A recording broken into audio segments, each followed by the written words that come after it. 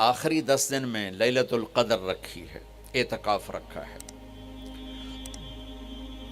پہلی امتوں کے لیے یہ نہیں تھا کہ پچھلے سارے گناہ معاف ہو جائیں، یہ ہمارے لیے کہ ہمارے پچھلے سارے گناہ معاف ہو جاتے۔ اللہ تعالیٰ کا عرش پہلے آسمان پہ آ جاتا ہے، جنت کے دروازے کھل جاتے ہیں، جہنم کے بند ہو جاتے ہیں، شیطان قید ہو جاتے ہیں، اور سمندر کی مچھلیاں اور زمین کی چونٹیاں تک روزہ رکھنے والوں کے لیے دعا کرتی ہیں۔ اور اللہ تعالیٰ جنت کو روزانہ کہتا ہے، ان قریب میرے نیک بندے بندیاں آنے والے ہیں، تو ان کے لیے میک اپ کر لے، تو ان کے لیے تیار ہو جائے۔ یہ اللہ تعالیٰ کی رحمت کو لینے کا سیزن ہے۔ پہلی امتوں کو اعتکاف نہیں ملا تھا، ہمیں اعتکاف ملا ہے کہ 10 دن اللہ دے بوئے تے پہ جاؤ، یا اللہ تیرے کو معافی کروا کے ہی اٹھنا ہے، ہمیں اٹھنا ہی کوئی نہیں۔ تو جو دروازے پہ آ جاتا ہے آدمی اسے معاف کر ہی دیتا ہے۔ کوئی بہت ہی سخت دل والا ہو تو معاف نہ کرے، ورنہ بڑے سے بڑے غصے والے بھی کہتا اچھا جی جاؤ معاف کیتا۔ اس میں ایک لیلۃ القدر ہے، وہ بعد میں بات کرتا ہوں۔ پھر اللہ تعالیٰ نے اس میں غریب آدمی کی کہ روزے اچھے گزر جائیں، عید اچھی گزر جائے، اس کے لیے اللہ تعالیٰ نے صدقہ فطر رکھا ہے۔ ہم اسے عید کے ساتھ جوڑ دیتے، پہلی رمضان سے دینا چاہیے تاکہ غریب اپنا کوئی روزہ تو رکھ سکے۔ پہلے رمضان سے 29 رمضان تک جب مرضی دے دیں، اور اگر وہ فطرانہ ادا نہیں کرتا تو اس کے روزے اس کے سر کے اوپر سے بھی نہیں جاتے، وہیں کھڑے رہتے ہیں۔ اور عام طور پر یہاں اخبار میں ٹی وی پر گندم کے لحاظ سے آتا ہے 2 سیر کڑک دے دو، وہ تھوڑے سے پیسے ہیں، 100-200 روپے ہے۔ میں آپ کو آپ سب مالدار لوگ بیٹھے ہیں، میں آپ کو اپنے نبی کا صدقہ فطر بتاتا ہوں کہ آپ کیا دیتے تھے۔ آپ کشمش دیتے تھے، کھجور دیتے تھے، جو بھی دیے ہیں۔ تو کشمش 3 کلو، بازار میں 3.5 کلو، بازار میں جا کے پوچھیں جو سب سے اچھی کشمش ہو، یا پھر درمیانی، گھٹیا نہیں درمیانی اور سب سے اچھی، پتہ کرے وہ کتنی ہے، 1000 روپے کلو ہے، 1500 روپے کلو ہے۔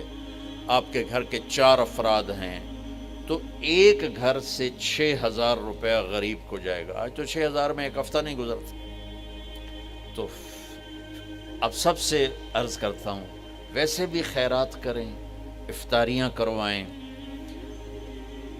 اور صدقہ فطر کشمش کے حساب سے دیں۔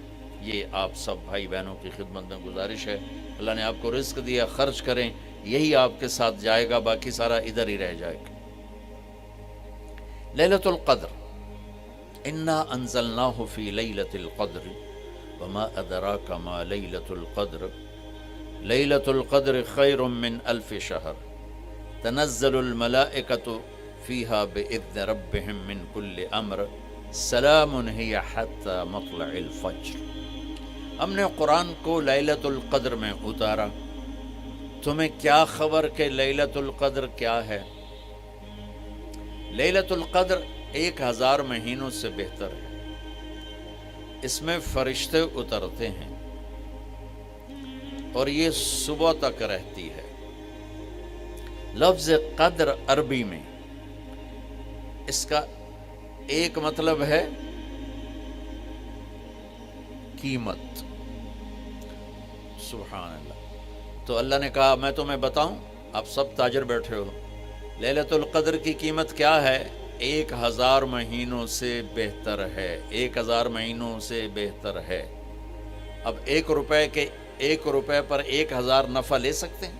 دنیا میں کوئی ایسا کاروبار ہے؟ جو ہیروئن بیچتے ہیں وہ بھی نہیں لے سکتے۔ اور میرا اللہ کہہ رہا ہے 1 رات 1000 مہینے، یعنی کوئی 82-83 سال۔ یہ تو آ گیا پہلا قدر۔ دوسرا اس کا مطلب ہے تنگ پڑ جانا، تنگ پڑ وقت، فقدر علیہ رزقہ۔ تو تنزل الملائکۃ فیہا، تنزل الملائکۃ والروح فیہا، کہ اس رات اتنے فرشتے اترتے ہیں کہ زمین تنگ پڑ جاتی ہے۔ سبحان اللہ، اتنے فرشتے آتے ہیں زمین تنگ پڑ جاتی ہے۔ تیسرا مطلب ہے قدر، مقدار کو، تو اللہ تعالیٰ نے اس کا آخری مطلب بھی بتایا، سلام ہی حتی مطلع الفجر، کہ یہ فجر کی نماز تک، فجر کی اذان تک یہ رہتی ہے۔ 3 مطلب ہیں قدر کے، تینوں اللہ نے قرآن میں کور کیے۔ قیمت کیا ہے؟ 1000 مہینوں سے بہتر۔ تنگی کیا ہے؟ فرشتوں سے زمین بھر جاتی ہے۔ مقدار کیا ہے؟ صبح صادق۔ لیلۃ القدر 27 کی نہیں ہوتی، 21، 23، 25، 27، 29۔ اب یہ 5 راتیں جاگنے چھٹ، آپ لوگ تو ویسے رات کے بادشاہ ہو، جاگ لو۔ تو لیلۃ القدر مسجد میں نہ گزارو، گھر میں گزارو۔ یہ مسجدوں میں اشتہار لگ جاتے ہیں، فلاں کے ساتھ شب قدر گزاریں، فلاں حضرت کے ساتھ شب قدر گزاریں، پھر ادھر کوئی صلاۃ تسبیح پڑھ رہا ہے باجماعت، عورتیں صلاۃ تسبیح کی جماعت کرا رہی ہیں، اور پتہ نہیں اور کتنی عجیب و غریب قسم کی عبادات شروع ہو جاتی۔ یہ نفلی عبادت ہے، میرے نبی گھر میں پڑھتے تھے۔ آپ نے اشراق کے سوا ہر نفل گھر پڑھا، ہر سنت گھر میں پڑھی۔ تو آپ لیلۃ القدر کو یہ مستورات بھی آپ بھی اکٹھے ہو کے نہیں منانا، الگ الگ مصلی بچھا کر اپنے اللہ سے رونا دھونا کرو، اپنے اللہ کو منانا کرو۔ میں بھی کروں، آپ بھی کریں۔ نوافل کی، جیسے ابھی شب برات گزری تو اشتہار تھے، میں جا رہا تھا ادھر غلام آباد میں، ایک جنازہ ہو گیا تھا، تو اشتہار فلاں حضرت کے ساتھ شب برات گزاریں، فلاں مسجد میں شب برات گزاریں، فلاں جگہ شب برات گزاریں۔ بھائی وہ گھر میں منانے کی ہے، مسجد میں نہیں۔ میرے نبی نے نفلوں کو تنہائی میں ادا کیا، فرض کو مجمع میں ادا کیا۔ لیلۃ القدر میں جاگنا نفل ہے، اور پھر جب اکٹھے ہو جائیں گے لوگ اور عورتیں تو پھر ساتھ غیبت بھی چلے گی، اور ایک غیبت کا بول ساری رات کو اڑا کے رکھ دے گا۔ مردوں یا عورت اکٹھے ہو جائیں، غیبت سے تو بچتے نہیں، نہ ہی رک سکتے ہم۔ سندھ سے ہم بائی روڈ آ رہے تھے، کراچی سے بائی روڈ جماعت تھی، تو وہ راستے میں بڑی غیبت کریں، نوجوان تھے سارے نئے نئے، میں چپ کر کے سنتا رہا۔ جب کوئی 2 دن گزر گئے نا، تو ہمارے پاس بڑی وین تھی، میں نے کہا بچوں ایک نصیحت کرتا ہوں کہ غیبت نہ کیا کرو، مذاق کرو، ہنسا کرو، کھیڑا کرو، غیبت نہ کرو۔ تھوڑی سی میں نے اس پہ بات کی تو بڑے متاثر ہوئے، کہا جی ٹھیک ہے انشاءاللہ آئندہ بالکل نہیں کریں۔ کوئی آدھا گھنٹہ گاڑی میں سناٹا رہا، آدھے گھنٹے کے بعد ایک بولے مولانا یہ غیبت نہ کری تو پھر گلاں کی کریے۔ یہ میرا کلچر ہے، لہٰذا عورتیں عبادت کے لیے بھی اکٹھی ہوں گی تو غیبت شروع ہوگی، مرد مسجد میں اکٹھے ہوں گے وقت ضائع ہوگا، غیبت شروع ہوگی۔ میرے بھائی بہنوں، ہر نفل کو گھر میں گزار، اپنے گھر کو بابرکت بناؤ، اپنے گھروں میں نفل پڑھو، تلاوت کرو، ذکر کرو۔ صرف اشراق کے نفل میرے نبی مسجد میں پڑھتے تھے 2 رکعت، باقی ہر نفل آپ نے مسجد میں ادا کی۔ تو یہ چند چیزیں رمضان کے متعلق میں نے عرض کی ہیں۔ اب ایک بڑی اہم بات میں آپ کے سامنے عرض کرنا چاہتا ہوں۔ رمضان کی دولت کس سے ملے گی؟ رمضان کی برکات کس سے ملیں گی اور کون محروم ہو جائے گا؟ آپ نے فرمایا 4 آدمی ایسے ہیں جن کی رمضان اور شب قدر میں بھی بخشش نہیں ہوتی، بس اس سے ہم اپنے آپ کو بچا لیں۔ کون ہے یا رسول اللہ؟ آپ نے کہا مدمن خمرن، شراب کا عادی، کبھی کوئی پی لے توبہ کر لے، میں اس کی اجازت نہیں دے رہا ہوں۔ مدمن کا لفظ ہے جو روزانہ شراب پیتا ہے، اس کی رمضان میں بخشش نہیں۔ عاق لوالدیہ، جو ماں باپ کا نافرمان ہے، اس کی بخشش نہیں۔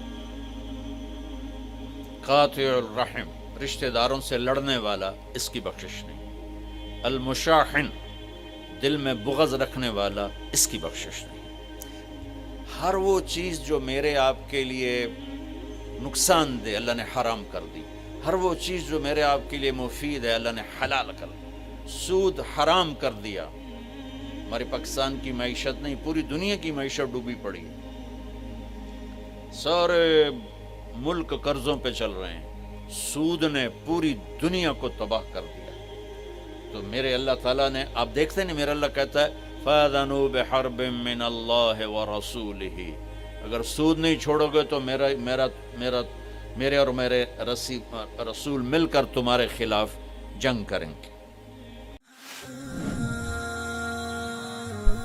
آئے مل کر بھوک مٹائیں، بجھے ہوئے چولہے پھر سے جلائیں۔ غذائی قلت کے شکار ہزاروں افراد آپ کی مدد کے منتظر ہیں۔ آگے بڑھیں اور ان کی امید بنیں۔ اپنے صدقات اور عطیات NTJ فاؤنڈیشن تک پہنچائیں۔